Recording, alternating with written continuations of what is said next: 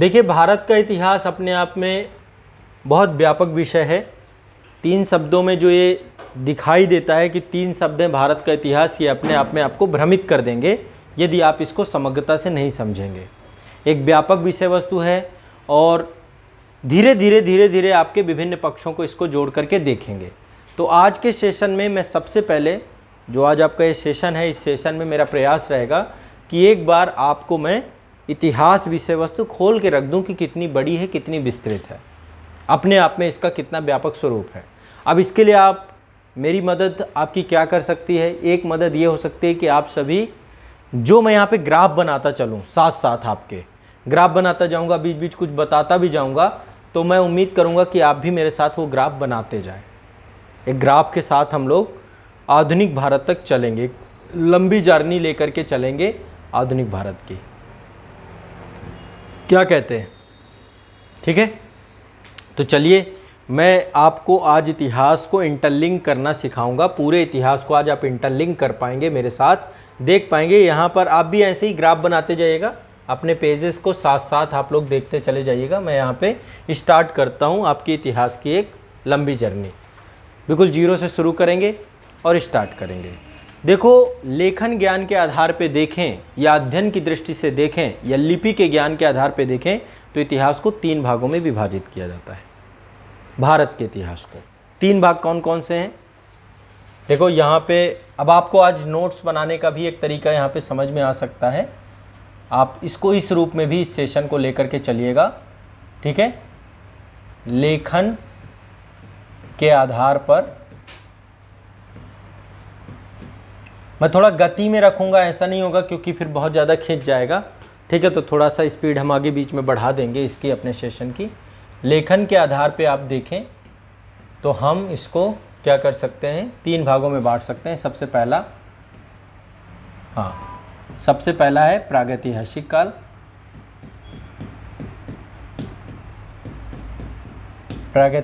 काल, दूसरा है आद्यैतिहासिक काल,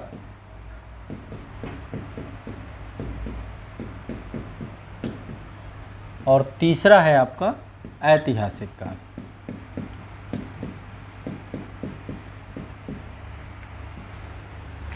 इतिहास को लेखन कला की या लेखन ज्ञान के आधार पे, लेखन के अध्ययन की दृष्टि से, ठीक है, लेखन के आधार पे, लेखन के ज्ञान के आधार पे, लेखन के अध्ययन, है ना, अध्ययन के दृष्टि से इतिहास को हम 3 भागों में बांटते हैं। प्रागैतिहासिक काल, आद्यैतिहासिक काल और ऐतिहासिक काल। इसमें कोई डाउट कुछ नहीं, ठीक है। अब सिंपल सी बात है, इतिहास का विभाजन हमने 3 आधारों पे किया। सबसे पहले यहाँ पे प्रागैतिहासिक काल, मैं सिर्फ यहाँ पे आपको बताता जाऊँगा, आप लोग भी लिखते जाइएगा, बाद में इनको डिटेल कर लीजिएगा। प्रागैतिहासिक काल, सबसे पहले प्रागैतिहासिक काल।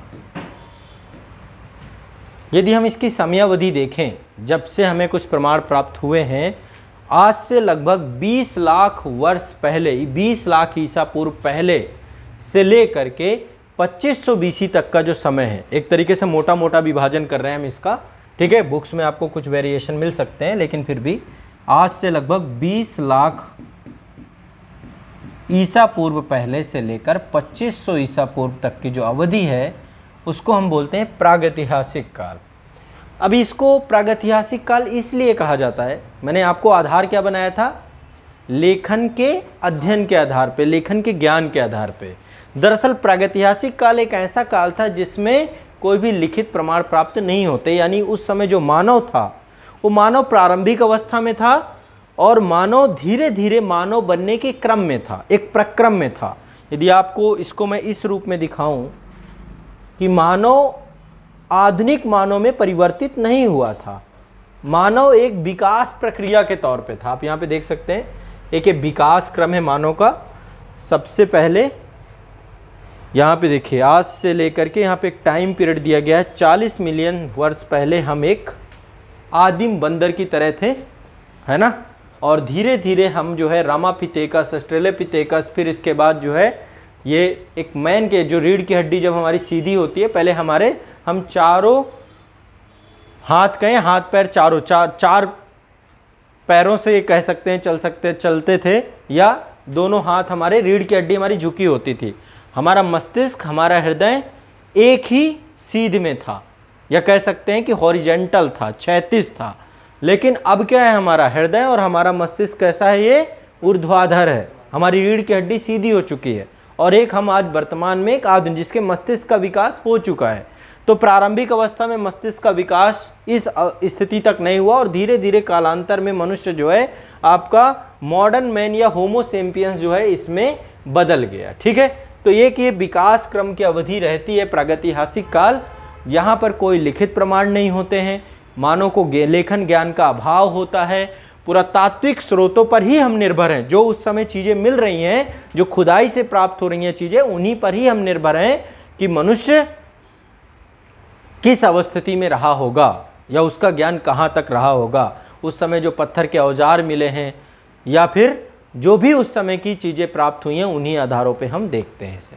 ठीक है, तो पहले तो ये एक लंबी अवधि रही है 20 लाख BC से लेकर 2500 BC तक, यानी हम क्रमिक परिवर्तन के परिणाम स्वरूप आज बन करके खड़े हुए हैं। अभी हमारा देखा जाए तो इतिहास बहुत पुराना नहीं है, जितना इतिहास है प्रागैतिहासिक काल का समय अवधि है। अभी देखें तो ज़्यादा से ज़्यादा मुश्किल से 5000 साल पूरे हुए हैं, है ना। 5000 साल का मनुष्य बन के आप खड़े हुए हैं। अब धीरे धीरे जनसंख्या जैसे वंशानुक्रम बढ़ते रहेंगे, आने वाले 100 साल बाद 200 साल बाद आप और आधुनिक होते चले जाएंगे। ठीक है, आज भी देखें तो जैसे सेंटिलीज द्वीप है आपका, वहाँ पर भी देखें तो आदि मानव के एक तरीके से पूर्वज या उस आदिम जिंदगी को हमारी बहुत सारी जनजातियां हैं जो उस संस्कृति के साथ आज भी उस संस्कृति को कैरी ऑन कर रही हैं, लेकर के चल रही हैं। तो अंडमान के बहुत सारे द्वीप हैं, है ना, बहुत सारी जनजातियां हैं।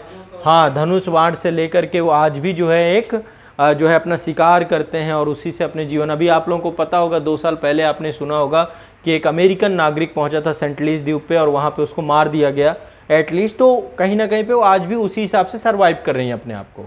तो ऐसी बहुत सारी जनजातियां हैं जो आज भी जंगलों में निवास करती हैं और उसी संस्कृति उसी कल्चर को वो कैरी ऑन करती हैं, फॉरवर्ड करती हैं। ठीक है, तो प्रागैतिहासिक काल में ही मनुष्य को पत्थर का ज्ञान था। यहाँ पे पत्थर के पता चला, में पत्थर के बारे में जानकारी मिली, और फिर कालांतर में धीरे धीरे पत्थर के बाद उसको पहली धातु के तौर पे तांबा मिला। तो ताम्रपाषाण काल तांबे और पत्थर का समन्वित प्रयोग किया, और दक्षिण भारत में मेगालिथिक यानी कि बड़े बड़े पत्थरों के माध्यम से जो समाधान होता था उनमें प्रयोग करते हुए देखा। तो महापाषाण काल की अवधि देखने को मिलती है। तो जब मैं आपको डिटेल में पढ़ाऊंगा तो पाषाण काल को भी हम कई भागों में बांट देंगे, है ना। मतलब प्रागैतिहासिक काल में ही पाषाण काल आता है आपका, जिसमें पूरा पाषाण काल, मध्य पाषाण काल और नवपाषाण काल आप पढ़ेंगे। फिर पूरा पाषाण काल को भी हम 3 भागों में बांट देंगे। ठीक है, तो वो हम लोग आगे डिटेल में देखेंगे, अभी चर्चा करेंगे। तो एक तो है आपका प्रागैतिहासिक काल, दूसरा क्या है आपका आद्य ऐतिहासिक काल। आद्य ऐतिहासिक काल जो है आपका 2500 BC से लेकर के एक लंबी अवधि तक रहा है। 2500 BC से लेकर लगभग 1750 BC या 1500 BC के आसपास आप इसे देख सकते हैं। तो दूसरा अगला काल रहा है आपका आद्य ऐतिहासिक काल। अगला काल रहा है आपका आद्य ऐतिहासिक काल।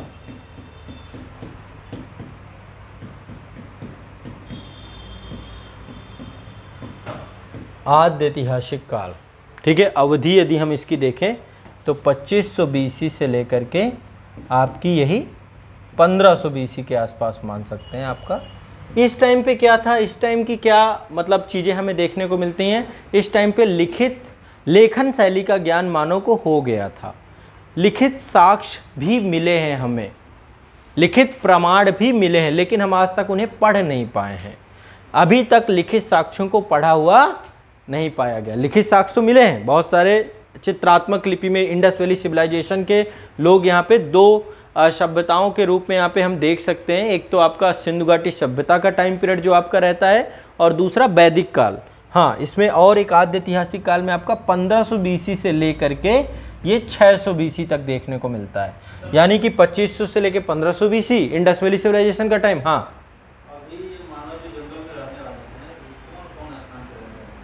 ये बेटा जब मैं अभी मैपिंग कराऊंगा ना तो स्थान वगैरह सब बताऊंगा। जब पाषाण काल करेंगे, जनजातियां भारत के विभिन्न क्षेत्रों में रहती हैं, है ना।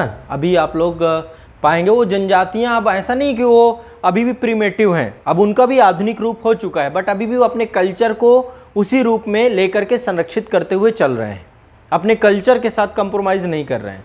जैसे हमने क्या किया, हमारा भी एक कल्चर था, लेकिन आधुनिकता की होड़ में हम धीरे धीरे अपनी संस्कृति को पीछे छोड़कर पश्चिमी सभ्यता को अडॉप्ट कर रहे हैं। चाहे हमारा खान पान हो, चाहे हमारा पहनावा हो। यदि मूल रूप में जाएंगे तो आपका पहनावा ये नहीं था क्या? ये तो सभ्यता की होड़ में हमने आज जो है अपने पहनावे को बदल दिया। बट उन्होंने, जो हमारी जनजातियां हैं, उन्होंने उस कल्चर को संरक्षित रखा है, उसको आज भी सुरक्षित रखा है। आज भी उस कल्चर को लेकर के तो भारत के विभिन्न क्षेत्रों में, हर राज्यों में जनजातियों का आवास स्थान है। लेकिन अब कालांतर में जब 1986 में आपको पता है कि वन्य जीव संरक्षण प्रोटेक्शन एक्ट आया, उसके बाद उनके राइट्स छीन लिए गए, है ना। फिर उसके बाद 2006 में उनके लिए भी वनवासी अधिनियम आए और उनको भी जो है राइट प्रदान किए गए। तो जल जंगल जमीन की लड़ाई उनकी आज भी चल रही है। आज भी उनके संरक्षण को लेकर बहुत सारे तो धीरे धीरे विलुप्ति के कगार पे आ चुकी हैं। कई सारी जनजातियां, जैसे अंडमान में जोंग जनजाति, धीरे धीरे वो आपकी क्या हो रही है, विलुप्ति के कगार पे आ रही है। उनकी संख्या खत्म होती जा रही है। क्यों? मानवीय अधिवास बढ़ता जा रहा है, लोगों का वहाँ पे प्रवेश बढ़ रहा है। तो ऐसे तो बहुत सारी संकटापन्न प्रजातियों में जनजातियां भी हमारी आ रही बहुत सारी। ठीक है, वो अलग विषय है, उस पर अभी बाद में डिस्कस करेंगे। अभी हम यहाँ पे बात कर रहे हैं आद्य ऐतिहासिक काल की। तो आद्य ऐतिहासिक काल एक ऐसा काल है जहाँ पर लिखित साक्ष्य प्राप्त हुए हैं, बट आज तक कोई पढ़ नहीं पाया है। इनको लिपि का ज्ञान तो था, आद्य ऐतिहासिक काल के जो मानव था इसको लिपि का ज्ञान था, इसने लेखन कार्य भी किया। लेकिन आज भी हम पुरातात्विक साक्ष्यों पर ही निर्भर हैं, पुरातात्विक आधारों पर ही हम जो है पता कर पा रहे हैं कि यहाँ पे क्या चल रहा है। यहाँ पे सिंधु घाटी सभ्यता, वैदिक सभ्यता इसी का ही एक उदाहरण है। ठीक है, तीसरा जो सबसे मोस्ट इंपॉर्टेंट ईरा है, जिसको हम बोलते हैं हिस्टोरिक ईरा, इतिहास। अब देखो यहाँ पे भी पुरातात्विक साक्ष्यों पे आधारित है, कोई लिखित प्रमाण नहीं है। यहाँ पर भी लिखित प्रमाण पढ़ा नहीं गया, पुरातात्विक साक्ष्यों पे आधारित है, नहीं गेस पे आधारित है। पुरातात्विक साक्ष्यों के आधार पे हम गेस कर रहे हैं, है ना। तो गेस पे आधारित है कि अच्छा ये रहा होगा, अच्छा ये रहा होगा, अच्छा ये रहा होगा। अभी सिनौली के बारे में आपने सुना होगा। सिनौली जो एक तरीके से वहाँ पे वारियर, एक तरीके से कहते हैं इंडस वैली सिविलाइजेशन से भी पुरानी है, वहाँ पे वारियर कल्चर देखने को मिलता है, बड़े बड़े शस्त्र अस्त्र ये देखने को मिलते हैं। ठीक है, तो किसी दिन नहीं होगा तो मैं आपको सिनौली, तो कम से कम एक वेब सीरीज़ है ना, यहाँ पे क्लास में भी आप लोगों को मैं दिखाऊँगा, उसको देखिएगा जरूर, बहुत अच्छा है। अरे ऐसा कुछ नहीं है, मिलती है, वो बनी भी है, ऐसा नहीं है कि मैं कोई इल्यूजन बता के जाता हूँ। ठीक है, अगला है ऐतिहासिक काल। आप लोगों को जैसे अब कुछ देखना है ना, बहुत सारी चीज़ें हैं जो मुझे लगता है कि आपको देखना चाहिए। जैसे इतिहास भारत का जानना है ना, तो डिस्कवरी ऑफ इंडिया के बारे में आप जानते होंगे, किसने लिखा है? पंडित जवाहरलाल नेहरू ने। हाँ, उस पर एक जो है एक फिल्मांकन हुआ है, भारत एक खोज करके, श्याम बेनेगल के द्वारा पूरा एक सीरीज़ बनाई गई है, भारत एक खोज। आप डालेंगे तो आपको मिलेगी। अब जैसे जो टाइम आपको लगता है कि भाई ये मुझे इन्वेस्ट करना है, आप देखिए वो डिस्कवरी ऑफ इंडिया को ही किस तरीके से इंडस वैली सिविलाइजेशन भी उसमें दिखाई गई है, उसमें आर्यों का आगमन दिखाया गया, सब कुछ दिखाया गया उसमें। तो आपके दिमाग में क्या होगा, एक छवि बन जाएगी इतिहास की, है ना। तो आज ये आपके पास थोड़ा समय बचता है तो थोड़ा सा अच्छी चीज़ें देखिए, इंटरनेट पर बहुत सारी अच्छी चीज़ें भी उपलब्ध हैं। अब मुद्दा ये है कि आप देखें तब। देख लिया है भारत एक खोज, अच्छा है, कम से कम उन्होंने कम टाइम पे, जैसे श्याम बेनेगल के द्वारा ही संविधान की भी सीरीज़ बनाई गई है, जो ये संविधान आपका आता है ना, 10 एपिसोड आपके हैं, तो देखना चाहिए। ऐसा कुछ चीज़ें हैं तो ये सब आपके उपलब्ध हैं, ऐसा नहीं कि नहीं है। ऐतिहासिक काल की अवधि आपकी 600 BC से लेकर के अब तक की है,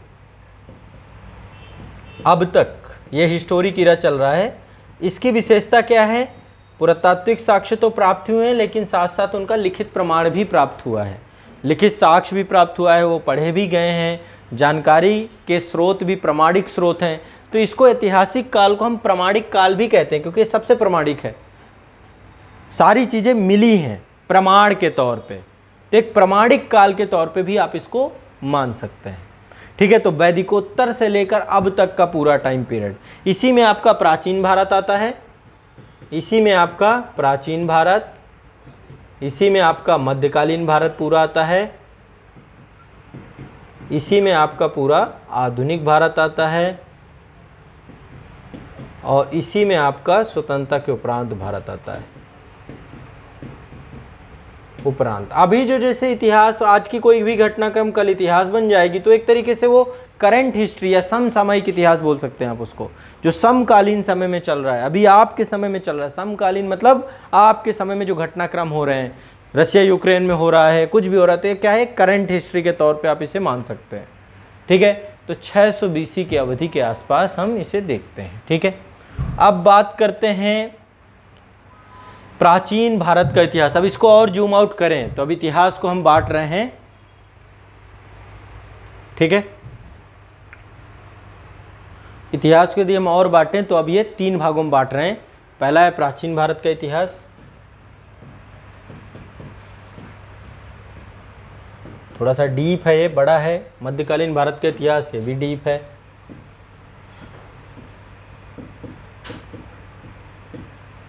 और तीसरा है आपका आधुनिक भारत का इतिहास।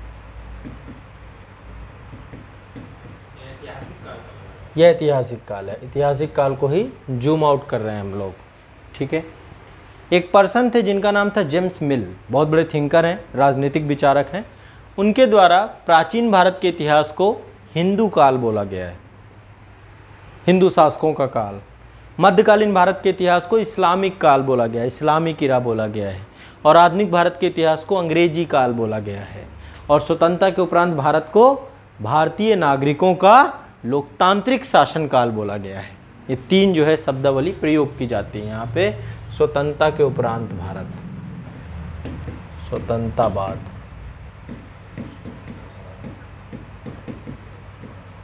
स्वतंत्रता उपरांत। ठीक है, समझ में आ रही मेरी कोई बात? कोई दिक्कत तो नहीं आ रहा, प्रॉब्लम तो नहीं आ रही? ठीक है, सिंपल है। तो यदि हम इस पूरे टाइम पीरियड को देखें तो यदि ऐतिहासिक काल से आप लेंगे तो ऐतिहासिक काल में 600 BC से लेकर के 600 BC से लेकर के इसको मैं बांट देता हूँ 700 AD तक, हर्षवर्धन तक, या जब भारत में इस्लाम का आगमन होना प्रारंभ हो जाता है। इसके बाद इसको 700 AD से लेकर मध्यकाल को हम बांट देते हैं 700 AD से लेकर के 1707 AD तक। ठीक है, और इसको बांट देते हैं 1707 AD से लेकर 1947 AD तक आधुनिक भारत को। 1707 AD से लेकर के 1947 AD, 1947 AD तक। ठीक है, इसको बांट देते हैं। और इसको आज़ादी वाले को हमारा चल ही रहा है 1947 से लेकर के अब तक। ठीक है, इस समयावधियों में इसको हम विभाजित कर देते हैं। ठीक है, कोई दिक्कत नहीं? चलो, समझदार हो, कोई दिक्कत नहीं होती है, सब कुछ सही समझ में आ जाता है आप लोगों को। ये बहुत अच्छी बात है, दिमाग आप लोगों का अच्छा स्वस्थ दिमाग लेके बैठे हो। अब बात करते हैं प्रागैतिहासिक काल को। प्रागैतिहासिक काल को हम 3 भागों में बांटते हैं। ठीक है, 3 भागों में बांट रहा हूँ मैं इसको। प्रागैतिहासिक काल कब से कब तक था आपका? 20 लाख से लेकर के BC से लेकर, BC और AD समझ रहे हो? बिफोर क्राइस्ट और एनो डोमिनी या आफ्टर डेथ क्राइस्ट। यानी कि एक सिंपल सा फार्मूला समझो इसको समझने के लिए। देखो, अब तो इसको कॉमन ईरा और बिफोर कॉमन ईरा NCERT में पढ़ोगे तो CE और BCE शब्द यूज आएगा, वहाँ पे BC की जगह पे BCE। तो इसको सिंपल से समझ लो, ज़्यादा इसमें कोई टेंशन वाली बात नहीं है। संख्या पद्धति नंबर सिस्टम पढ़ रखा है ना आपने? ठीक है, नंबर सिस्टम में 0 होता है, 0 के राइट हैंड में या लेफ्ट हैंड में। ये लेफ्ट होता है कि ये राइट होता है? ये लेफ्ट है और ये राइट है, यही है ना? तो इसके लेफ्ट साइड में माइनस में चलती है काउंटिंग, और इधर जो है आपका प्लस में चलता है। तो 0 के इधर आपका +1 है ना, +2 +3 ऐसे चलता है, डॉट डॉट डॉट इन्फिनाइट तक चलेगा। ठीक है, और इधर जो है आपका -1 -2 -3 -4 और ये भी डॉट डॉट डॉट अनंत तक चलेगा। अब यहाँ पे एक बात बताओ मुझको, -1 बड़ा है या -2 बड़ा है? पहले -2 आएगा कि -1 आएगा? पहले -2 आएगा फिर -1 आएगा। फिर वही बात, यदि आप -5 में खड़े हैं तो पहले -3 to 4 आएगा, फिर -2 आएगा, फिर माइनस, कैसे कैसे हो जाएगा उल्टा उल्टा। मतलब आप कह रहे हो कि आप डिक्रीज हो रहे हो, समय तो बढ़ रहा है ना, समय तो हमेशा -2 के बाद -1 ही तो आएगा और -1 के बाद 0 आएगा। आप कहोगे नहीं नहीं 0 के बाद, ऐसा समय उल्टा चलता है कि सीधा चलता है? समय तो ऐसे चल रहा है ना। तो समय में हम यहाँ से स्टार्ट होते हैं, मान लो ये 20 लाख -20 लाख है, मान लीजिए -20 लाख से स्टार्ट कर रहे हैं हम। उसके पहले भी समय रहा होगा, ठीक है, थोड़ा ज़्यादा हो गया, 0 बढ़ गए, कहीं ऐसा ना हो कि आप घबरा जाओ।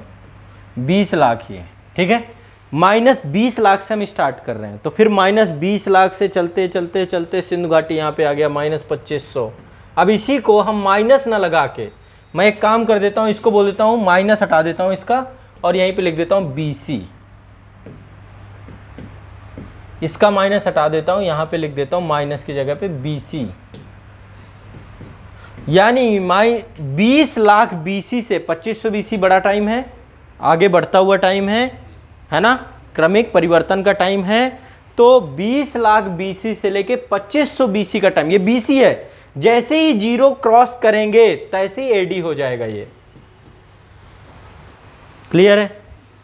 ठीक है, यानी प्लस नहीं लगाएंगे हम, AD लगा देंगे, ठीक है। इसी को NCERT में आप देखेंगे बिफोर कॉमन इरा BCE, ये शब्द यूज कर किया जा रहा है, और कॉमन इरा CE, इसको शब्द यूज किया जा रहा है। AD की जगह CE BCE अब न्यू NCERT में मिलने लगा है, तो घबराना नहीं है, ठीक है। तो BC का मतलब है जो पहले की अवधि रही, जो ईसा, देखो ये यूरोपियों के द्वारा इतिहास बनाया गया, तो ईसा मसीह की मृत्यु को उन्होंने एक आधार मानक मान लिया गया। और बिफोर क्राइस्ट का मतलब है जो ईसा से पहले का समय है ना, उनकी डेथ के बाद, बिफोर कॉमन, और ईसा के बाद का समय, ईसा के पहले का समय और ईसा के बाद का समय, इस तरीके से उन्होंने बना लिया है।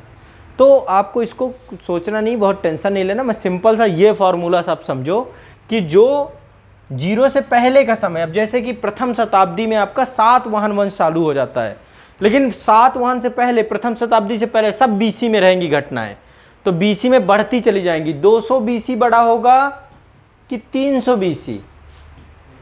300 BC में मौर्य काल था, 300 BC में मौर्य काल था, 200 BC में मौर्योत्तर काल प्रारंभ होने लग जाता है, मौर्य काल का पतन होने लग जाता है। सिकंदर कब आया था भारत में? 326 BC में आया था, है ना। 326 BC में चंद्रगुप्त और सिकंदर मिलते मिलते रह गए थे, मिल भी जाते, एक भिड़त भी हुई थी, लेकिन सिकंदर पोरस से युद्ध लड़ा, वितास्ता का युद्ध बोलते हैं उसको, है ना, झेलम नदी के किनारे। और उस युद्ध में कई जगह पे ये विवरण प्राप्त होता है कि सिकंदर भी पराजित हुआ था, कई जगह पे ये भी विवरण प्राप्त होता है कि पोरस पराजित हुआ, लेकिन सिकंदर उसकी वीरता से प्रभावित हुआ और उसको अंतोगत्वा उसका राजपाट वापस लेकर के वहां से वापस लौट गया। उस समय भारत में नंद वंश का शासक चल रहा था, चंद्रगुप्त मौर्य शासक नहीं बना था, ठीक है। तो कहने का मतलब आपको ये आएंगी बीच बीच में, अभी धीरे धीरे सीख जाओगे, काहे टेंशन ले रहे हो, घबराओ मत। कॉमन इरा एक तरीके से जो अभी चल रहा है ना, जो इरा, ये AD जो चल रहा है आफ्टर एनो डोमिनी के तौर पे, तो ये जो है आपका कॉमन इरा ही है। कॉमन इरा मतलब जो सामान्य समय है, जो अभी चल रहा है सामान्य समय, और जो पहले का समय है वो बिफोर कॉमन इरा, कॉमन इरा से पहले का समय। अभी सामान्य ही तो चल रहा है ना आपका, हाँ, जहाँ से स्टार्ट हो रहा है एक सामान्य समय, उसके पहले के समय को बिफोर कॉमन इरा के तौर पे देखा गया है, ठीक है। तो यहाँ पे आपका जो है प्रागैतिहासिक काल, आद्यैतिहासिक काल और ऐतिहासिक काल, पहले हमने ये बांटा था। अब यहाँ पे जो डिवीजन मिलेगा, यहाँ पे मानव के विकास क्रम का डिवीजन है, तो यहाँ पर इतिहास लेखन का, किसी को इतिहास लेखन से पहले का समय भी इसे कहा जा सकता है, कहा जा सकता है कि नहीं, क्योंकि इतिहास लिखा थोड़ा ना गया, वो तो पुरातात्विक साक्ष्य प्राप्त हुए।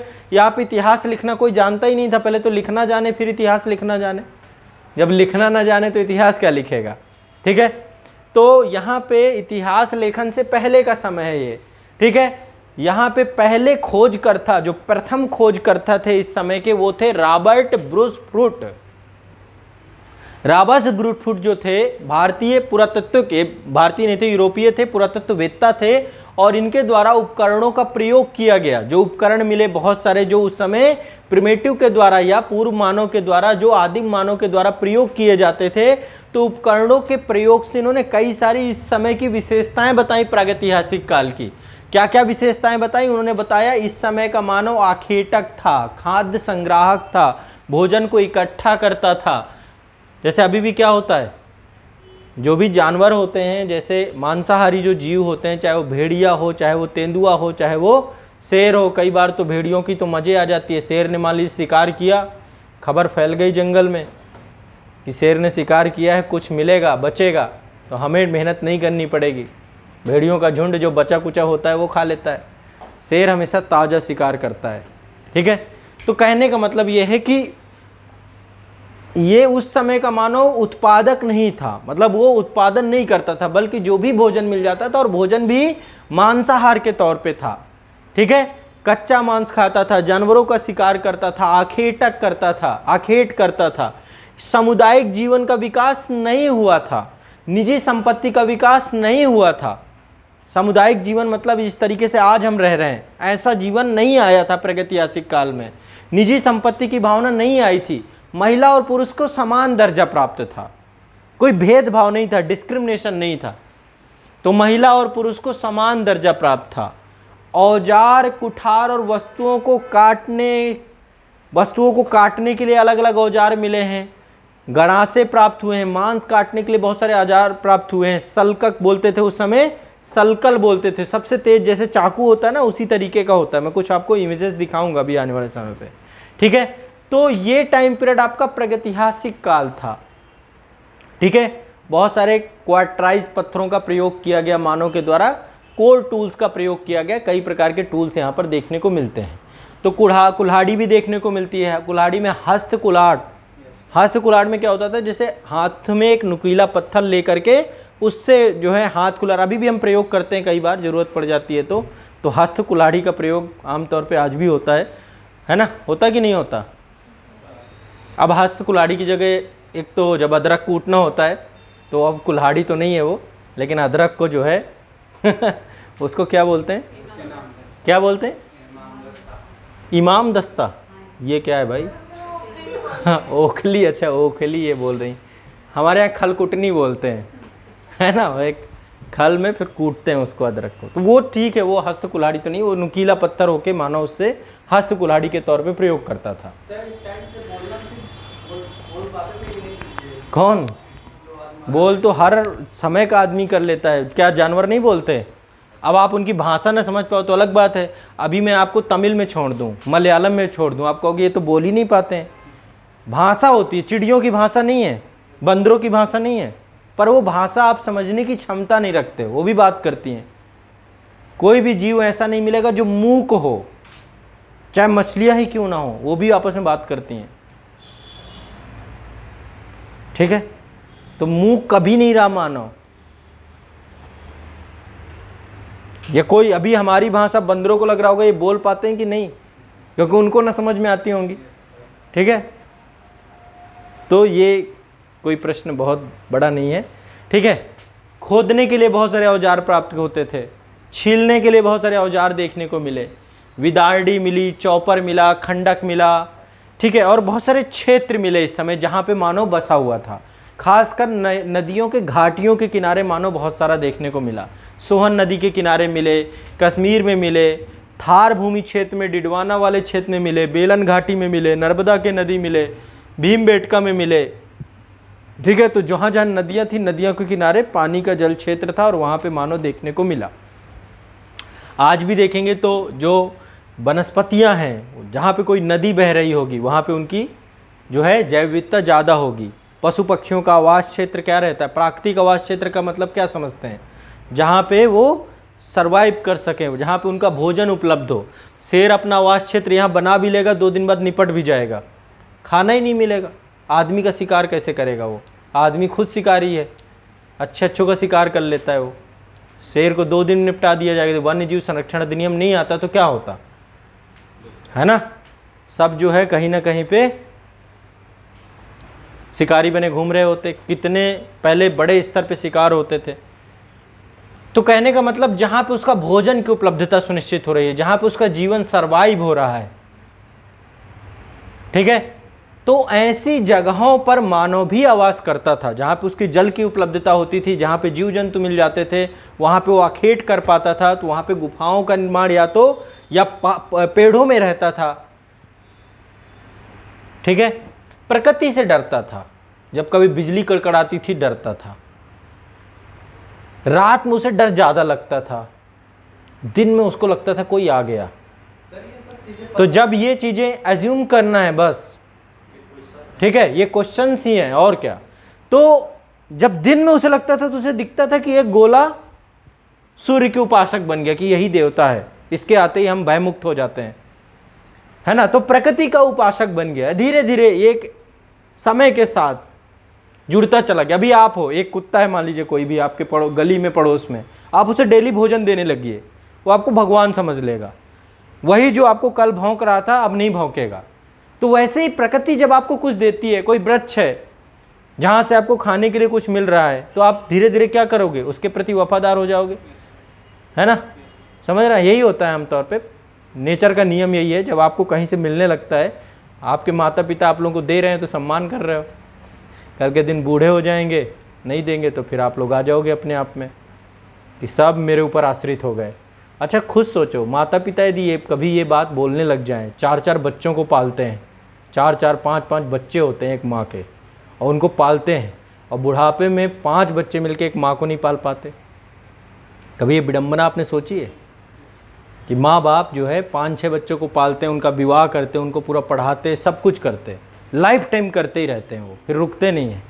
विवाह जब हो जाता है उसके बाद उनको लगता है अरे ये तो फिर कोई नहीं रखता है, रखता भी तो है। मैंने बहुत सारे घरों में देखा है कि वो ड्यूटी बना लेते हैं, 5 दिन इसके घर में, 5 दिन उसके घर में, 5 दिन उसके घर में, सामान उठाए घूमते हैं गार्जियन। कभी देखा है चीज़?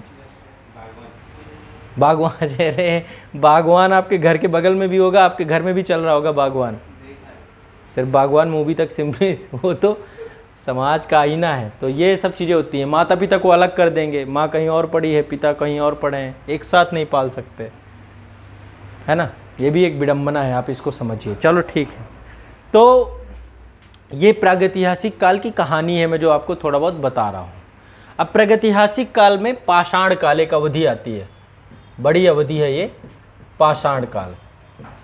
अभी देखो आधारभूत है, कहानी सुनना है बस आपको, ऐसे ही कुछ बनाना चाहो तो बनाते जाओ, आप लिखते जाओ, यदि किसी में लिखना हो आपकी मर्जी है, ठीक है। तो पाषाण काल को हम, चूंकि पाषाण काल को 3 भागों में फिर हम विभाजित कर देते हैं। पहला होता है आपका पूरा पाषाण काल, पाषाण काल, ठीक है। ये काफी बड़ी अवधि है पूरा पाषाण काल।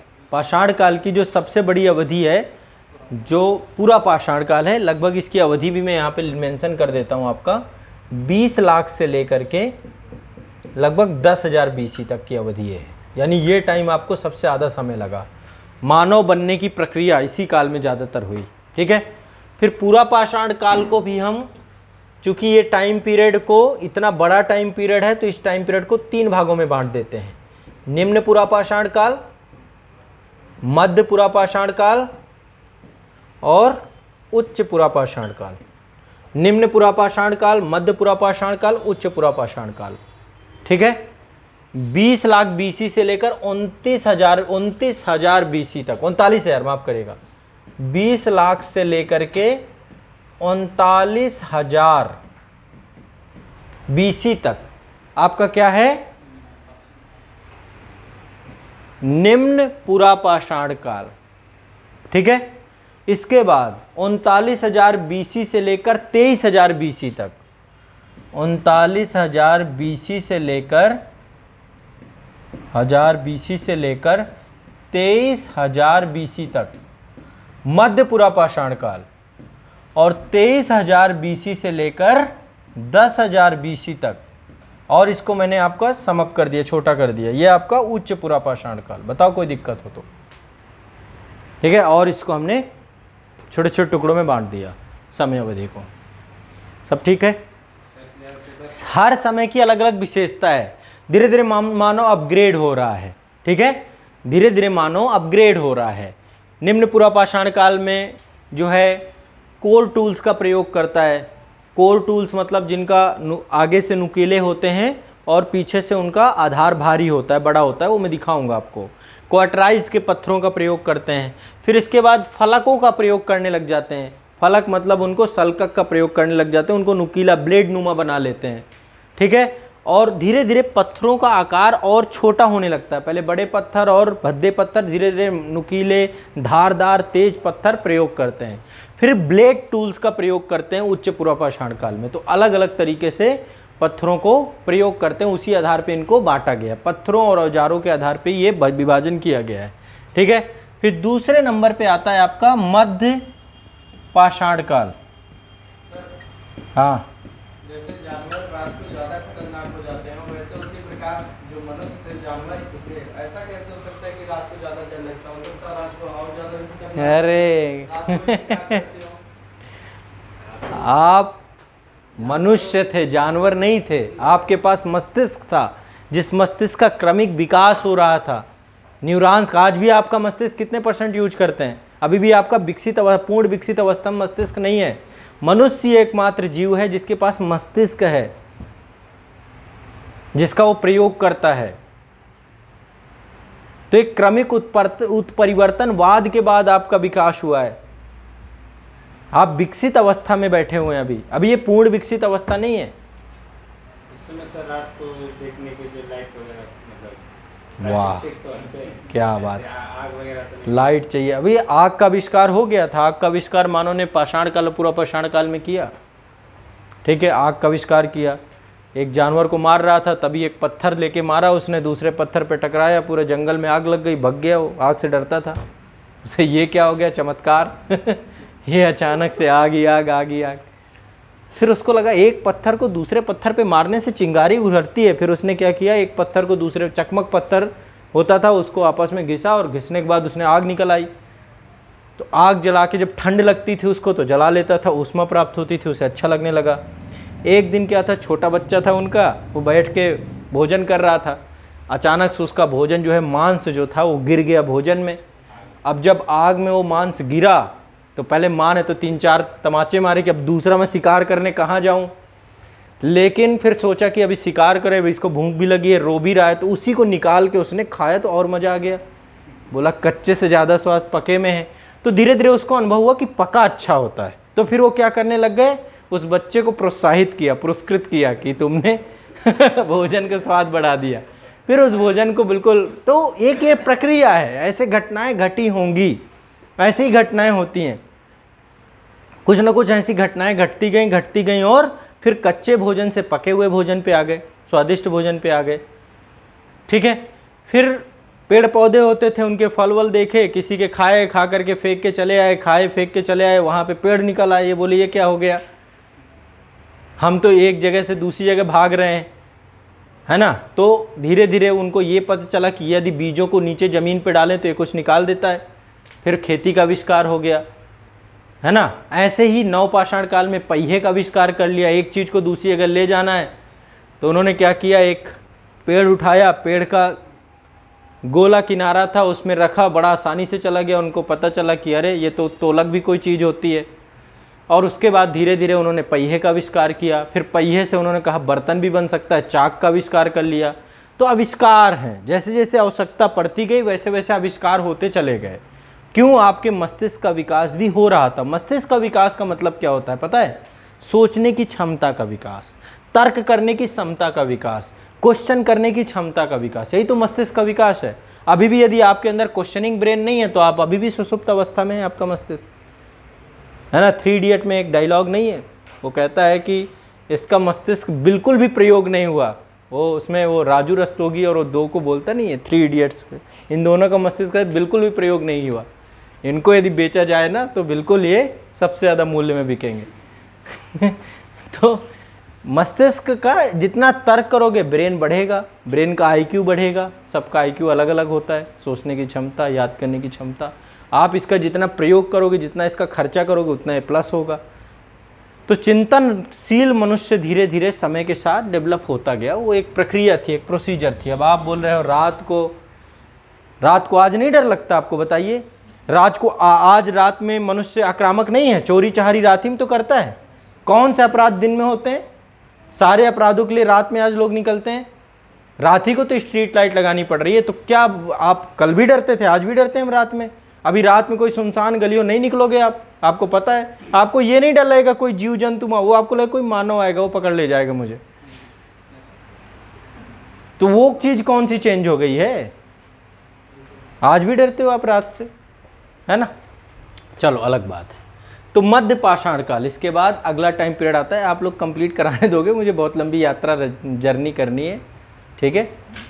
बीच बीच में अभी आप लोगों को जितनी क्वेरी है, या इसको मत क्वेरी करो, कोई क्वेश्चन नहीं आते हैं, बट मैं आपको जोड़ने का प्रयास कर रहा हूँ कि आपको थोड़ा क्वेश्चनिंग ब्रेन आपका बने। तो यहाँ पे देखो 10,000 BC तक का टाइम पीरियड आपका ये निकल के आया। अब 10,000 से लेकर 6,000 BC तक का टाइम जो आपका है, 10,000 BC से लेकर के 6,000 BC का टाइम पीरियड है, इसको बोलते हैं मध्य पाषाण काल। मध्य पाषाण काल में मानव जहां पहले बड़े पत्थरों का प्रयोग करता था, बिल्कुल सूक्ष्म पत्थरों का प्रयोग करने लगा, माइक्रोलिथ का प्रयोग करने लगा। एक पर्सन थे जिनका नाम था जॉन इवांस।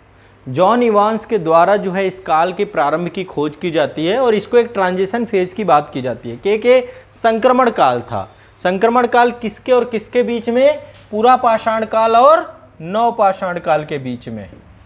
नव पाषाण काल, पूरा पाषाण काल और नव पाषाण काल के बीच में एक ट्रांजिशन फेज था, संक्रमण काल था, ठीक है? इस काल में मनुष्य ने ज्यामितीय जानकारियां प्राप्त कर ली, धनुष बाण भाले का निर्माण कर लिया, पत्थर को लेके हाथ नजदीक तक जाना होता था। कई बार पत्थर लेके वो किसी को मारने जाता था तो एक जानवर ने उसका हाथ ही खा लिया, तो उसने क्या किया? पत्थर को एक डंडे में बांध लिया और भाला बना लिया। तो धीरे धीरे उसको आइडिया लगने लगा कि ये एक माध्यम हो सकता है जिससे मैं दूर रहूँगा, इससे हाथ बच जाएगा मेरा। तो इस तरीके की वो गलतियाँ करता रहा। आप बचपन को देखें ना, छोटा बच्चा क्या होता है, उसको गर्म दूध दे दीजिए, गर्म चाय दे दीजिए, तुरंत पकड़ लेता है। लेकिन एक बार आइडिया हो जाता है उसे, दोबारा नहीं पकड़ना है। फिर एक बार यदि कोई बेड से गिर गया और दोबारा उसको बेड के नज़दीक ले जाइए, भागेगा उसी तरफ। तो ये क्या है? मस्तिष्क का विकास, तर्कशीलता का विकास। एक बार में अनुभव लेना होता है, उसके बाद आप खुद नहीं करेंगे वो चीज़ को गड़बड़, है ना? तो इसके बाद मनुष्य अभी भी शिकारी था, मध्य पाषाण काल में भी शिकारी था, अभी भी खाद्य संग्राहक था, भोजन को संग्रह करता था, और अंतिम चरण तक उसको ये लगा कि कुछ जीव जंतु मेरे मित्र भी हैं, दोस्त भी हैं, इनको साथ रखूंगा तो मेरा शिकार होने से बच जाएगा, मैं इनका करवा दूंगा। पशुपालन करने लग गया, पशुपालक बन गया। मतलब पशुओं से मित्रता होती चली गई उसकी, जो उसको नुकसान नहीं पहुंचाते थे, तो पशुपालक बन गया अंतिम चरण में। मतलब मध्य पाषाण काल में ही हम पशुओं को भी अपना मित्र बनाने लग गए, ठीक है? तो पशुपालन जो है मध्य पाषाण काल में प्रारंभ हो जाता है। खासकर ये राजस्थान वाला क्षेत्र था, और बहुत सारे पशु ऐसे होते थे जो उसको बहुत सारे उत्पाद प्राप्त होते, उन उत्पादों से भी उसका जीवन निर्वाह होना चालू हो गया। तो दक्षिणी राजस्थान में जो है मध्य पाषाण काल के क्षेत्र में, राजस्थान, दक्षिण उत्तर मध्य भारत में, ये खासकर जो भीमबेटका बोयलन घाटी वाला क्षेत्र है, नर्मदा घाटी वाला क्षेत्र है, पूर्वी भारत, दक्षिण भारत, हर जगह पे मनुष्य देखने को मिला, ठीक है? तो ये आपको रूप देखने को मिलता है। नव पाषाण काल में एक क्रांति होती है, जहाँ मानव एक जगह से दूसरी जगह भटकता रहता था, खेटक था, शिकार करता था, वहीं पे अचानक उसको खेती का आविष्कार कर लेता है, कृषि का आविष्कार कर लेता है, ठीक है? नव पाषाण काल में कृषि का आविष्कार से उसके जीवन में स्थिरता आ जाती है। अब वो एक ही जगह रहने लग जाता है, स्थायी बस्तियां बनाना चालू कर देता है। जब एक ही जगह रखता था तो एक ही जगह एक दूसरे की शक्लें देखता था, तो बातचीत करना चालू कर दिया, बातचीत करना चालू कर दिया तो समाजीकरण हो गया, समाजीकरण हो गया तो परिवार की संकल्पना आ गई, वैवाहिक संबंध बनाने लग गया, एक परिवार के तौर पे रहने लग गया, समाज का विकास होने लगा, समाज से गांव का विकास होने लगा, ठीक है? धीरे धीरे स्थायी बस्तियां बननी चालू हो गई। तो इस तरीके से एक तरीके से नौ सामाजिक जीवन का। अब जब आपस में रहते थे तो रहते रहते लड़ते भी होंगे, है ना? किसी ने एक दूसरे का सर फोड़ दिया, किसी ने दूसरे का सर फोड़ दिया, क्योंकि भूमि पे अधिकार की बात आ गई। अभी भी आप देखते हैं कई बार लोग जो है माइग्रेट करते हैं एक जगह से दूसरी जगह, तो इतना पैसा नहीं होता कि घर खरीद लें, तो आप देखते हैं झुग्गियों बना करके रहना होता है, अस्थायी बस्तियां बना के रहना होता है। उसमें भी लैंड कैप्चर करनी होती है। कोई खाली लैंड पड़ी है, अब पता चला, पहले तो मालिक से पता करते हैं कि मालिक से एक बार बात कर लें कि भैया झुग्गी बना के रह ले। अब मालिक नालायक निकला तो झुग्गी उग्गी वो ख़त्म कर देता है। कई बार मालिक छोड़ो, सरकार बुलडोजर लेके आ जाती है, झुग्गियाँ ख़त्म करो।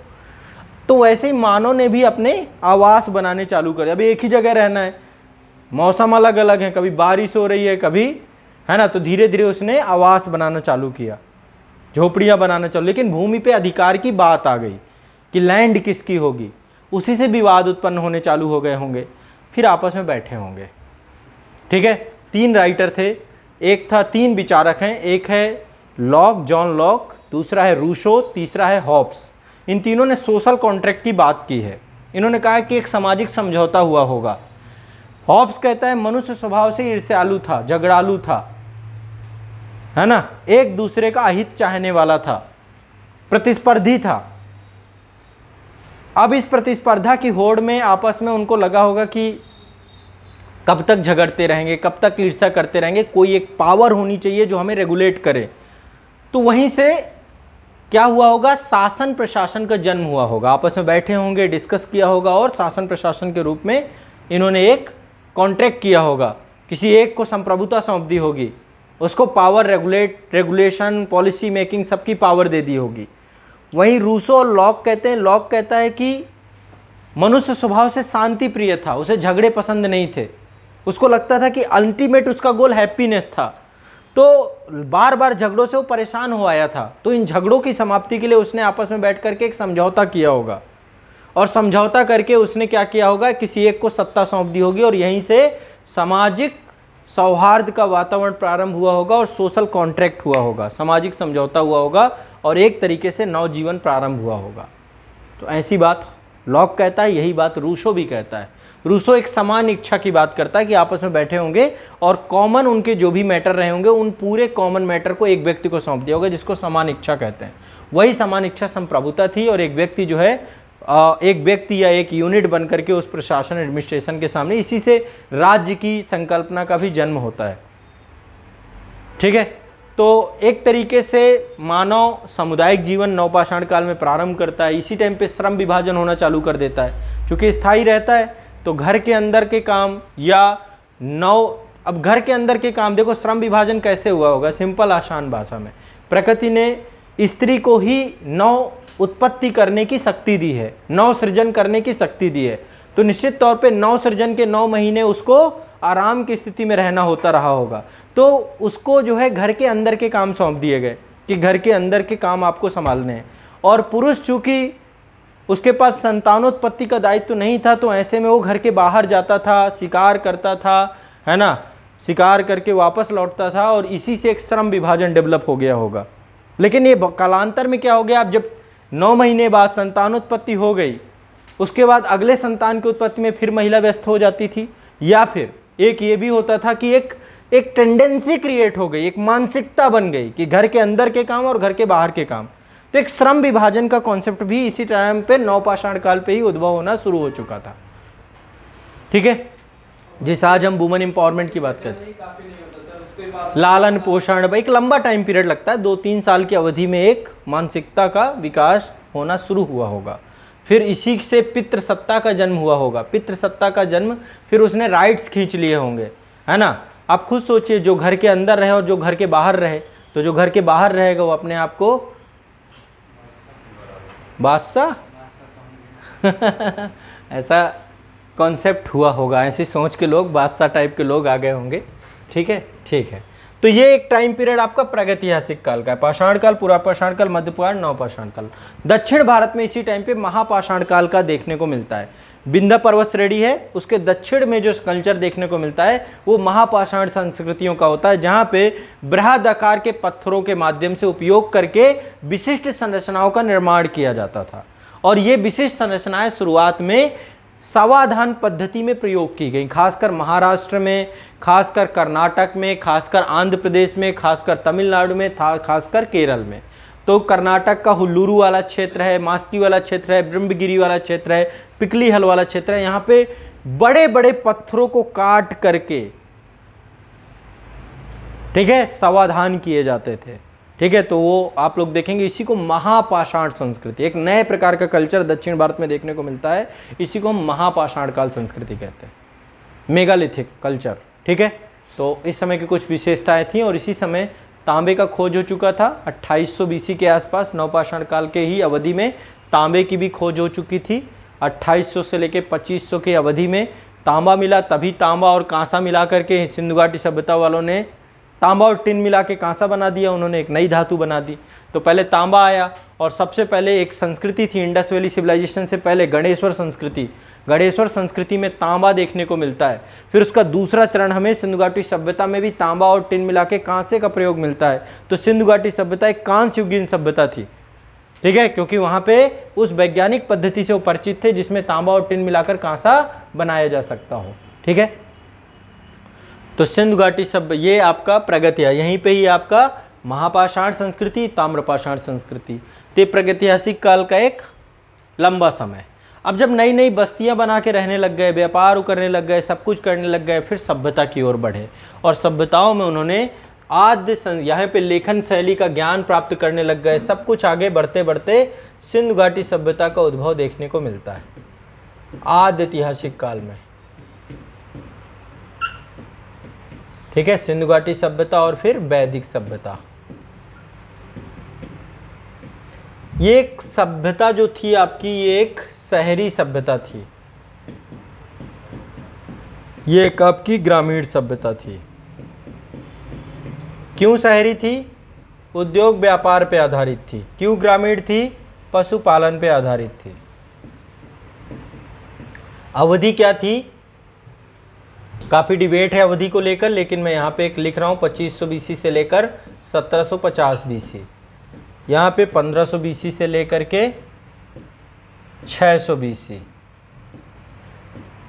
वैदिक काल को भी दो भागों में बांटते हैं सोर्स के आधार पे। पहला ऋग्वैदिक, जिसका आधार आपका ऋग्वेद है, और फिर है आपका उत्तर वैदिक, जिसका आधार 3 अन्य वेद हैं,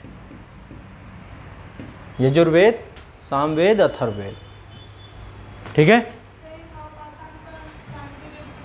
नवपाषाण काल का टाइम पीरियड आपका यही 2500 बीसी तक डाल लीजिए, 6000 से लेकर के 2500 तक डाल लीजिए। ऐसा नहीं देखो हर जगह सिंधु घाटी सभ्यता 2500 में उत्तर भारत में आ गई थी, लेकिन बाकी जगह हो सकता है नवपाषाण काल ही चल रहा हो, ऐसा भी हो सकता है। अच्छा, क्या पूरे विश्व में हर जगह आधुनिक काल चल रहा है क्या? अभी बहुत जगह राजतंत्रात्मक चल रही होंगी व्यवस्थाएं, तो एक ही टाइम पीरियड पे हो सकता है कहीं पे दूसरा भी समय चल रहा हो। आज भी यदि देखें जनजातियां जो हैं, आज भी उसी आदिम अवस्था में भी रहने वाली जनजातियां हैं। उन जनजातियों में भी बहुत सारी जनजातियां ऐसी हैं जो बड़ी विकसित हो गई। जैसे मेरे पास एक बार जो है यहाँ पे संस्था में एक जनजातीय के बच्चे आए थे, क्या नाम था, उत्तर प्रदेश की एक जनजाति, वो दुधुआ नेशनल पार्क में रहते थे और बहुत आधुनिक, प्रयागराज में पढ़ रहे थे। फिर वो मिलने आए मेरे पास, क्या कौन सी जनजाति है आपकी, जो दीपावली को शोक के, तो थारू जनजाति के एक स्टूडेंट आए, तो बहुत आधुनिक जनजातियों के तौर पे हैं, या मीना जनजाति हैं, या भील हो गए, गोंड हो गए, बहुत सारी जनजातियां हैं जो बहुत आधुनिक हो चुकी हैं, जो कल्चर से जुड़ चुकी हैं। या नागा जनजातियों की बात करें तो अब जनजातियां ऐसा नहीं है कि सब उसी पृष्ठभूमि पे रह रही, बट वो अपने कल्चर को आज भी अडॉप्ट करके रख रहे हैं, उस कल्चर को ख़त्म नहीं होने दे रहे। बट हो सकता है उनका पहनावा, खान पान, इनमें भी एक संक्रमण का काल चल रहा हो। लेकिन कुछ जनजातियां आज भी हैं जो अभी भी अपने कल्चर को और सूक्ष्म स्तर पे, जो प्राचीन कल्चर उसको लेकर के चल रहे हैं। ठीक है ना, समझ रहे हो ना, समझदार तो हो। हाँ, इतिहास तो भारतीय परिप्रेक्ष्य में ही हम अभी चर्चा कर रहे हैं। भारत का इतिहास तो पढ़ना है, विश्व की बात नहीं करेंगे, विश्व का अलग मामला है। विश्व में तो अलग अलग, कहीं पे अभी अफ्रीका में चले जाइए तो वहाँ तो अलग ही कल्चर है, वहाँ पे तो अलग अलग मसाई जनजाति के पास चले जाएंगे तो आपको पता चला निपटा भी दे। अरे रुक जाइए, आदि मानव तक मत चले जाइए। आदि मानव देखने तो बंदर देख लिया करिए, आदि मानव है, आप ही ऐसे ही थे, आप भी देखते ना कितने शरारती होते हैं। रात में डरते हैं क्या? वो नहीं डरते, सो जाते हैं। हाँ, जब बिजली कड़कती होगी नहीं डरते होंगे, और जब बारिश आती होगी तो बिजली कड़केगी तो उन्हें फर्क नहीं पड़ेगा, डर नहीं लगेगा। आवाज़ से डर लगता है, आग से डर लगता है, रोशनी से डर लगता है, हर प्रकृति का। सांप ही है मान लीजिए, सांप तो चलो मैं ये नहीं कह रहा हूँ कि आप लोग सांप थे, पर सांप को रोशनी दिखाइए तो डरेगा, वो भागेगा, रोशनी से उसे डर लगता है। कभी भी आप दिन में नहीं देखेंगे, वो रात में ही आपको और अंधेरे में मिलेगा। ठीक है, तो जीव जंतुओं का अलग अलग, कोई रात्रिचर है, कोई दिनचर है, अब तो हम भी रात्रिचर हो चुके हैं। उल्लू है ना, उल्लू है, उसे रात में दिखता ही है। तो ये तो अलग अलग प्रकृति में रहने वाले जीव जंतु हैं। अब आप जो हैं एक क्रमिक विकास के थ्रू आज ये बन गए हैं, इसमें आश्चर्य क्यों हो रहा है आपको? आप उस पढ़ रहे हैं उस टाइम पीरियड को, तो एज्यूम करिए, बस समझने का प्रयास करिए, बहुत ज़्यादा उस पर क्वेश्चन कोई मतलब नहीं है उसको लेकर के। ठीक है, कहाँ पे हम लोग? हाँ, तो अब हम आ गए, ये इंडस वैली सिविलाइजेशन एक शहरी सभ्यता थी, नगरीकृत सभ्यता थी, है ना। यहाँ पे व्यापार वाणिज्य उद्योग भी देखने को मिले, कृषि कार्य भी करते थे, एग्रीकल्चर एग्रेरियन सोसाइटीज़ भी थी, बट शहर जो था एक नगरीकृत शहर के तौर पे देखा गया। एक तो सभ्यता बहुत फैली हुई थी, शहर छिटके हुए थे, कोई राजस्थान में है कालीबंगा, तो कोई हरियाणा में है, कोई पंजाब में है, कोई पाकिस्तान के मोहनजोदड़ो में है, कोई हड़प्पा में है, कोई चहुंदड़ो में है। तो ये बहुत छिटकी हुई सभ्यता थी, समझ रहे हैं? मतलब ऐसा नहीं है, इसके शहर 200-200 300-300 किलोमीटर दूर भी थे, बहुत घनी सभ्यता नहीं थी ये। ठीक है, विस्तार काफ़ी ज़्यादा इस सभ्यता का देखने, लेकिन ये कैसी थी? नगरीकृत सभ्यता। और जो नहीं कि हर एक नगर, हर एक शहर का विकास उतना ही हुआ हो, कोई ज़्यादा विकसित था जैसे मोहनजोदड़ो जैसे शहर, धौलावीरा जैसे शहर, कालीबंगा जैसे शहर, और कोई अल्प विकसित भी थे। ठीक है, तो विकास भी सब में बराबर नहीं था। जैसे आज भी आप देखिए तो गाजियाबाद मोस्ट डेवलप मेट्रोपॉलिटन शहर है, दिल्ली मोस्ट डेवलप मेट्रोपॉलिटन शहर है, लेकिन वहीं अपने गांव को देख लीजिए, समझ रहे हैं ना। तो मतलब एक हर टाइम पे दोनों चीज़ें देखने को मिलेंगी, ऐसा नहीं कि सब एक जैसे ही रहे होंगे। लेकिन यदि आप सिंधु घाटी सभ्यता की बात करें तो एक विस्तार काफ़ी लंबा था, नदियों के किनारे बसी हुई सभ्यता थी, कोई ना कोई नदियों के किनारे थे। हड़प्पा कालीन स्थलों के कई सारे खोजकर्ता हुए हैं, उन्होंने उसका उत्खनन भी करवाया है। ठीक है, इसके अलावा नगर विन्यास पद्धति यहाँ पे देखने को मिलती है, ग्रिड पद्धति पे पूरा का पूरा नगर बना हुआ था। कृषि, पशुपालन, व्यापार, वाणिज्य, है ना, या फिर धर्म जो यहाँ पे देखने को मिलता है, अंत्येष्टि संस्कार से जुड़े हुए लोग मिलते हैं, सारी चीज़ें आपको देखने को यहाँ पे मिलती हैं। ठीक है, कई सारी चीज़ें यहाँ पर आप पाते हैं। ठीक है, तो क्षेत्रफल की दृष्टि से भी काफ़ी विस्तृत है, तो चीज़ें डिस्कस करेंगे।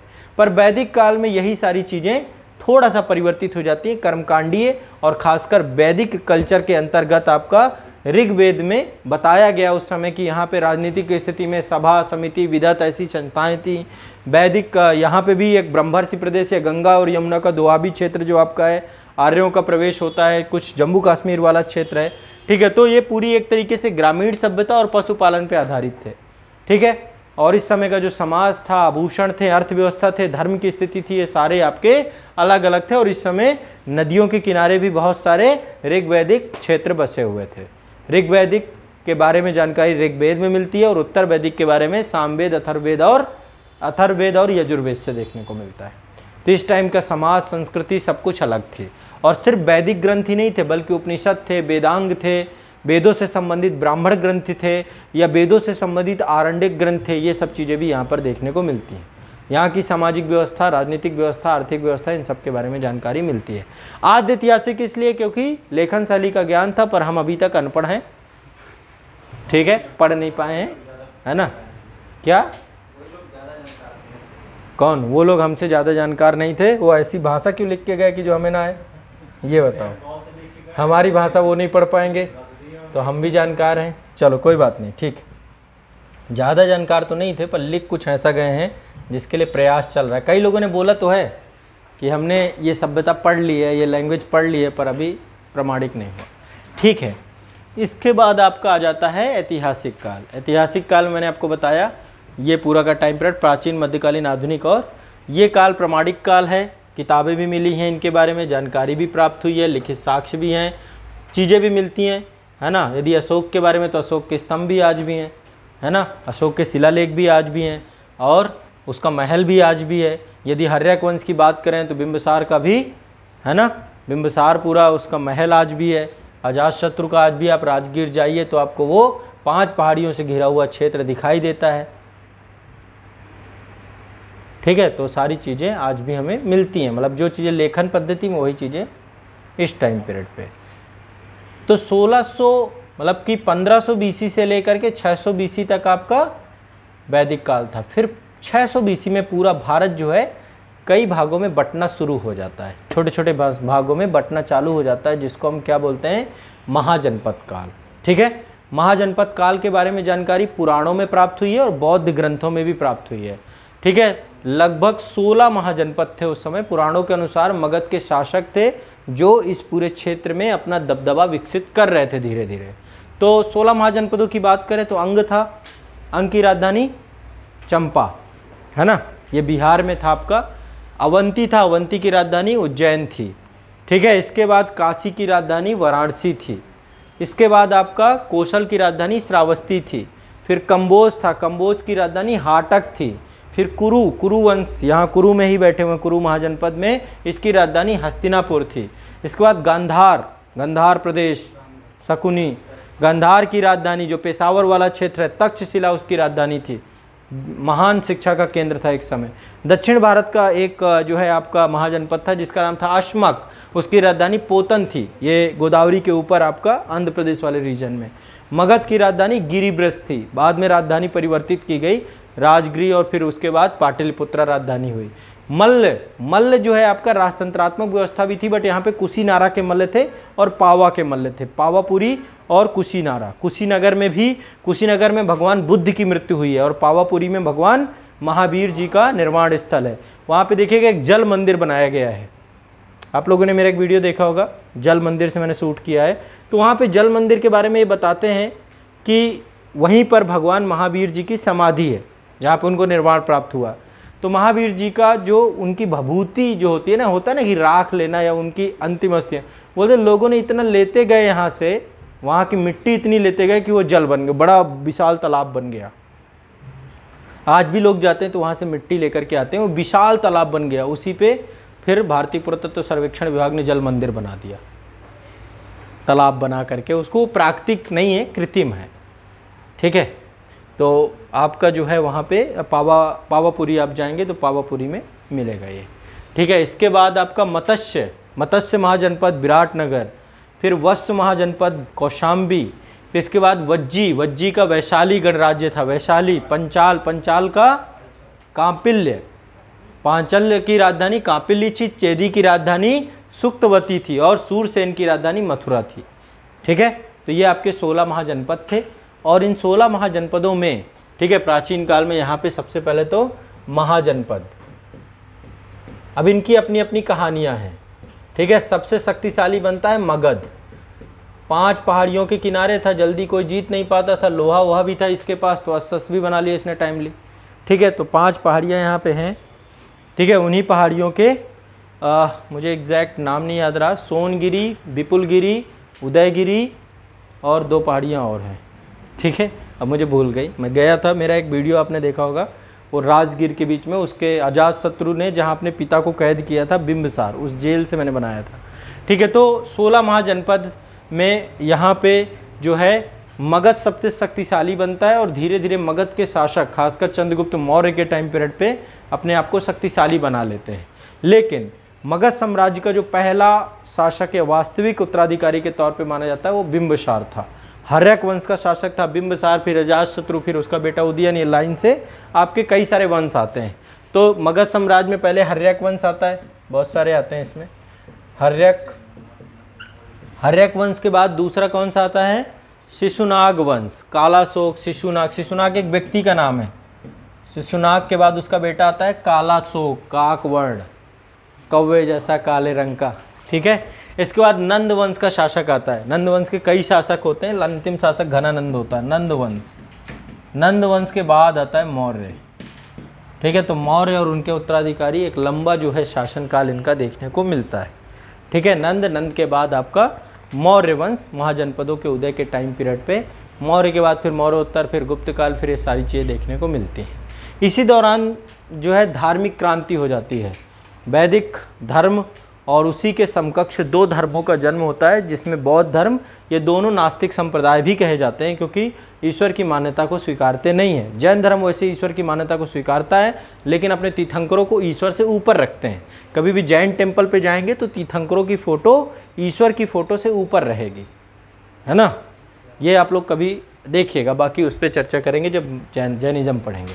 तो बौद्ध एवं जैन धर्मों का यहाँ पे उदय होता है, ठीक है। और इसी समय कई सारे दर्शनों का जन्म होता है, जैसे आजीवक संप्रदाय, लोकायत दर्शन, उच्छेदवाद, अक्रियावादी, नित्यवादी, चवार्क दर्शन, संशयवादी, ऐसे करके कई सारे विभिन्न प्रकार के दर्शनों का भी जन्म होता है इस दौरान पे।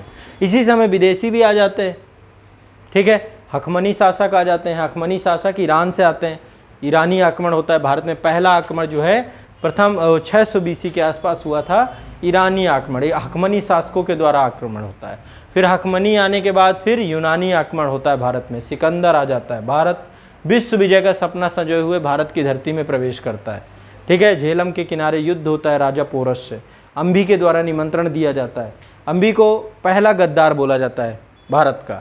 हमारे भारत में बहुत सारे लोग ऐसे थे जिन्होंने अपने देश के ही शासकों का साथ नहीं दिया, बल्कि विदेशियों का साथ दिया। क्यों? ईर्ष्यावश, क्रोधवश, साम्राज्य को, ठीक है। तो कहने का मतलब ये अम्बी के द्वारा निमंत्रण या उसकी सहायता की जाती है, और अंतोगत्वा पोरस युद्ध में पराजित होता है। फिर बाद में सिकंदर के द्वारा उसे फिर से साम्राज्य वापस दिया जाता है। सेना ब्यास नदी को पार करने से मना कर देती है, क्योंकि नंद वंश के शासकों की महिमा बहुत सुन रखी थी कि बहुत पैसे वाले थे, और ऐसा था कि उस समय विश्व में नंदों के पास इतना पैसा था जो चीनी शासकों के समकक्ष भी अपनी सेनाओं को बना सकते थे। तो इस कारण से फिर उसकी सेना ब्यास नदी को पार नहीं करती है, और इसके बाद जो है सिकंदर वहीं से वापस लौटता है और इसके बाद निपट भी जाता है रास्ते में, ठीक है। फिर ईरानी आक्रमण, आपका पार्सियन आक्रमण होता है। हकमनी वंश, खरोष्ठी लिपि का विकास भारत में होता है, ठीक है। खरोष्ठी लिपि हकमनी शासकों के कारण आती है। मागदुनियाई आक्रमण आपका सिकंदर से होता है, और इसी समय गंधार कला शैली का जन्म होता है आपके यूनानी संस्कृति से प्रेरित होकर के। जो तक्षशिला वाला क्षेत्र है वहाँ पे गंधार मूर्ति कला शैली का जन्म होता है। इसके बाद जो है आपका बौद्ध धर्म, है ना, महात्मा बुद्धा। और महात्मा बुद्धा के बारे में आप जानते हैं, उन्होंने अपने जीवन में 4 दृश्य देखे।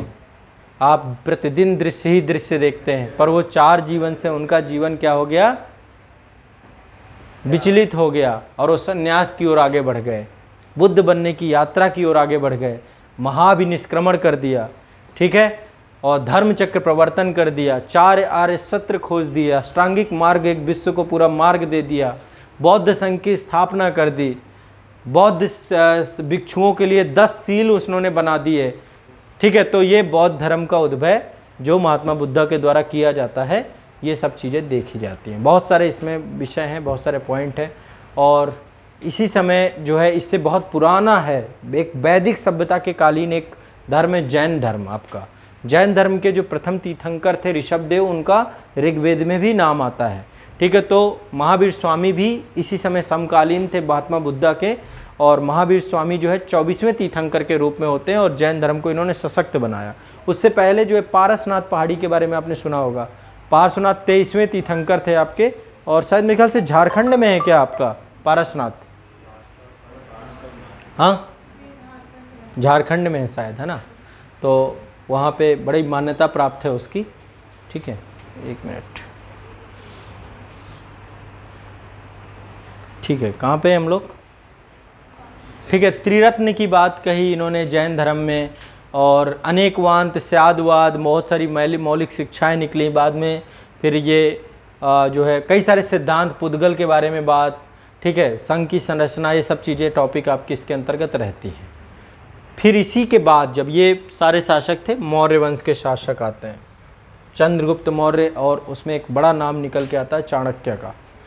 चाणक्य के द्वारा ही नंद वंश के शासकों के द्वारा तिरस्कृत किए जाने पर और तत्कालीन समाज में फैली अराजकता को ख़त्म करने के उद्देश्य से एक ऐसे शासक की खोज की जाती है जो उस समय, तो उसी समय कहते हैं कि चंद्रगुप्त मौर्य जो है उन्हें एक और उसको फिर शासक बनाने की मंशा से जो है वो आगे निकलते हैं।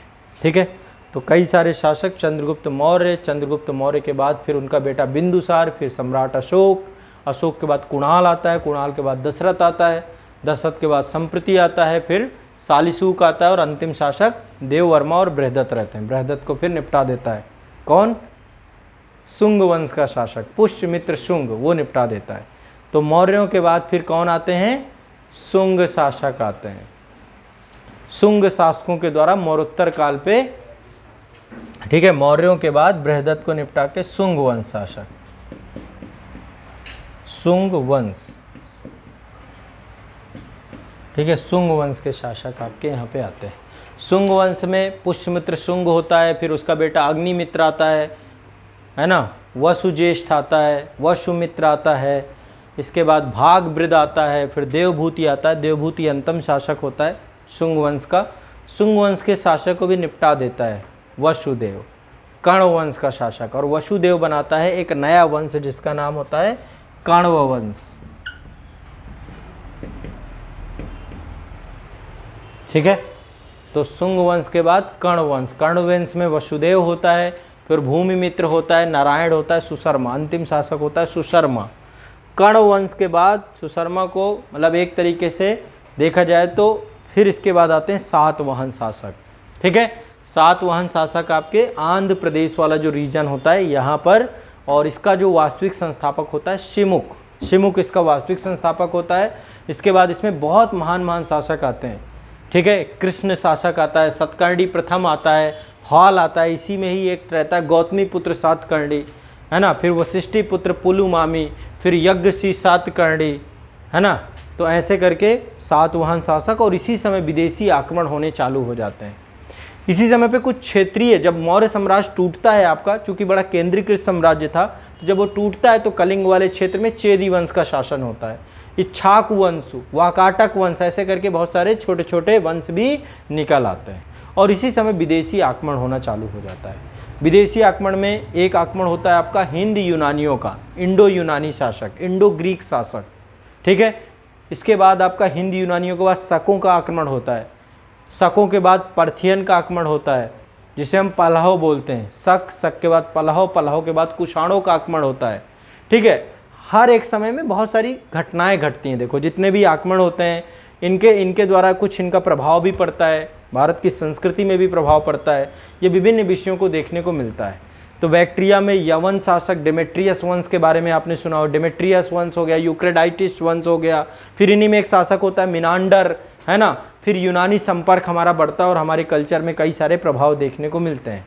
शकों की 5 शाखाएं भारत में आती हैं। अफगानिस्तान शाखा आती है, फिर वो एक पंजाब में बसते हैं, मथुरा में बसते हैं, महाराष्ट्र में बसते हैं, मालवा और नासिक वाले क्षेत्र में बसते हैं। ठीक है, तो 5 ब्रांचों में शक आकर के एक एक छत्रप इनके आके बसते रहते हैं। ऐसे ही ईरान वाले क्षेत्र से पलाहो आते हैं, पलाहो शासक जो होते हैं ईरान वाले क्षेत्र से आते हैं। तो ये ईरानी, अफगानिस्तान से लगातार लोग यहाँ पे आते रहते हैं। मित्रोडोटस नाम था जो पलाहो शासक था, वो आकर के भारत में आक्रमण करता है। तो मौर्योत्तर काल में कई सारे आक्रमण होते हैं, यानी कण्व वंश के बाद आपका सातवाहन, और सातवाहन के बाद मौर्योत्तर काल। मौर्योत्तर काल मतलब जो विदेशी आक्रमण चालू होते हैं, हिंद यूनानी, शक, पलाहो, कुषाण, ये सारे शासक है। पढ़ेंगे हम लोग डिटेल में, मैं सब पढ़ाऊंगा आपको एक एक करके जितने भी शासक हैं। ठीक है, तो कुषाण जो हैं आपके एक तरीके से प्रभावशाली समय अवधि इनकी रहती है।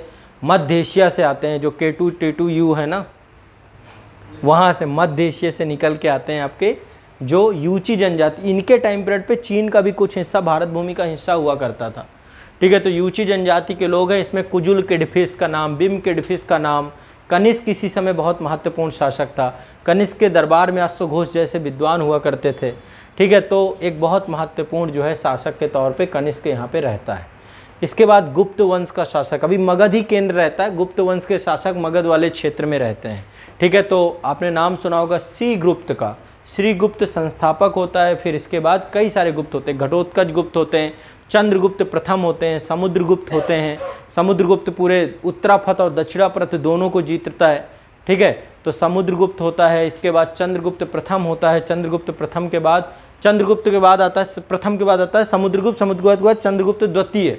उसके पहले एक छोटा सा शासक होता है, उसका भाई होता है रामगुप्त उसे बोलते हैं, ठीक है। चंद्रगुप्त द्वितीय के दरबार में 9 रत्न रहते थे, कालिदास इसी के दरबार पे थे, इसीलिए साहित्य के दृष्टिकोण से ये क्षेत्र सबसे ज़्यादा, इसीलिए इसको प्राचीन भारत में स्वर्ण काल के तौर पे भी जाना जाता है, क्योंकि कल्चर, आर्ट एंड कल्चर के दृष्टिकोण से गुप्त काल सबसे प्रमुख विकास का, और इसी समय पे मंदिर स्थापत्य कला का भी जन्म होता है। इसी समय कुमार गुप्त था, स्कंदगुप्त, स्कंदगुप्त के समय पे फिर विदेशी आ जाते हैं, हूणों का आक्रमण हो जाता है, हूण आक्रमण भारत में देखने को मिलता है, ठीक है। तो ऐसे करके बहुत सारे, फिर स्कंदगुप्त के बाद भानुगुप्त आता है, विष्णुगुप्त तृतीय आता है, फिर रामगुप्त प्रकरण, और ये सब चीज़ घटनाएं होती रहती हैं, ये गुप्तकालीन शासक होते हैं, ठीक है। अब इनके बारे में डिटेल से पढ़ेंगे हम लोग। हूणों का आक्रमण होता है, मिहिरकुल और तोड़माल, ये 2 नाम बड़े प्रमुख होते हैं। फिर गुप्तोत्तर काल में बहुत सारे वंश आते हैं, जब गुप्तों का वंश खत्म होता है तो फिर मौखरी वंश के शासक आ जाते हैं। कन्नौज के लिए त्रिदलीय युद्ध होने लग जाता है, त्रिदलीय संघर्ष होता है, उसमें प्रतिहार वंश के शासक होते हैं, पाल वंश के शासक होते हैं, और दक्षिण भारत से राष्ट्रकूट वंश के शासक आते हैं। कुछ समझ में तो नहीं आ रहा होगा, पर सुनो, ये जब मैं पढ़ाऊंगा डिटेल में, अभी बस ये एक पृष्ठभूमि में एक बता रहा हूँ सीक्वेंस कि किसके बाद क्या घटता है, ठीक है। तो गुप्तोत्तर काल में ही छोटे छोटे क्षेत्रीय क्षेत्र बढ़ जाते हैं। अब मेरे को कहोगे तो मेरे को इतिहास दिख रहा है, अभी मौखरी वंश के शासक देखो यहाँ पे खड़े हैं, फिर इधर कन्नौज वाले क्षेत्र में तीनों लड़ रहे हैं, है ना, कभी राष्ट्रकूट प्रतिहार शासकों को पराजित कर रहे हैं, कभी प्रतिहार पालों के बीच में हो रहा है। क्या वो आपको भी कोई दिख गया क्या? ठीक है। तो इसके बाद इसी टाइम पे फिर आपका पुष्यभूति वंश का जन्म होता है, वर्धन शासकों का। ये खासकर कन्नौज क्षेत्र जो है आपका प्रमुख क्षेत्र चूंकि बनता है, तो थानेश्वर पंजाब हरियाणा वाले क्षेत्र में, थानेश्वर हरियाणा में ही तो है, पता नहीं, हाँ शायद, तो वहाँ पर ही आपका प्रभाकर वर्धन और फिर उनके 2 बेटे राजवर्धन और हर्षवर्धन के बारे में हमें सुनने को मिलता है। तो ये पूरा का पूरा जो है, इस समय बंगाल का शासक शशांक रहता है, गौड़ वंश का शासक होता है, उससे जो है लड़ाई होती है कई मामलों में, और फिर मालवा में यशोवर्धन वंश होते हैं, मौखरी शासकों से अपनी बहन की विवाह करते हैं, और फिर कन्नौज क्षेत्र में राजश्री और हर्षवर्धन दोनों मिल करके शासन सत्ता को संभालते हैं। तो देखो, हमें प्राचीन काल में बिल्कुल बिगिनिंग से लेके हर्षवर्धन के टाइम पीरियड तक के पूरे इतिहास के जितने भी शासक आएंगे उनके बारे में थोड़ी थोड़ी घटनाएं, लेकिन ज़्यादा हमें जो जोर देना है वो देना है कल्चरल सेक्शन पे। उस समय का राजनीतिक इतिहास के साथ साथ हमें सामाजिक कैसी व्यवस्था थी, समाज कैसा था, है ना, समाज के साथ साथ इकोनॉमिक स्ट्रक्चर कैसा था, अर्थव्यवस्था कैसी थी, ये अपना प्रशासन कैसे चलाते थे, एडमिनिस्ट्रेशन कैसे था। जैसे अभी भी देखें ना, तो यही तो है ना, प्रशासन चलाने के लिए भी हमने बना रखा है, विधायी संस्थाएं कौन सी थी। तो एक तरीके से हमें इन पक्षों को भी साथ साथ देखते रहना है, ठीक है। तो पहले मैं समझाऊंगा और फिर आपको लिखवाऊंगा। फिर इसके बाद गुप्त हर्ष के बाद पूरा भारत छोटे छोटे टुकड़ों में फिर विभाजित हो जाता है, और राजपूत काल का इरा यहाँ पे देखने को मिलता है।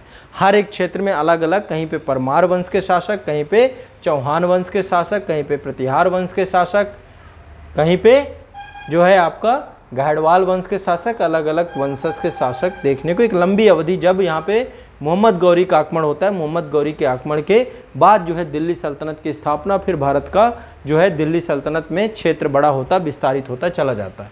फिर मुग़ल आते हैं, और मुग़लों के बाद जो है, मुग़लों का जब पतन होता है तो यूरोपियों के द्वारा आकर के भारत के क्षेत्र को रिस्ट्रक्चर्ड किया जाता है, ठीक है। फिर आज़ादी की लड़ाई, और लड़ाई के बाद देश आज़ाद। ऐसे इतना फास्ट नहीं है, ठीक है, लेकिन फिर भी।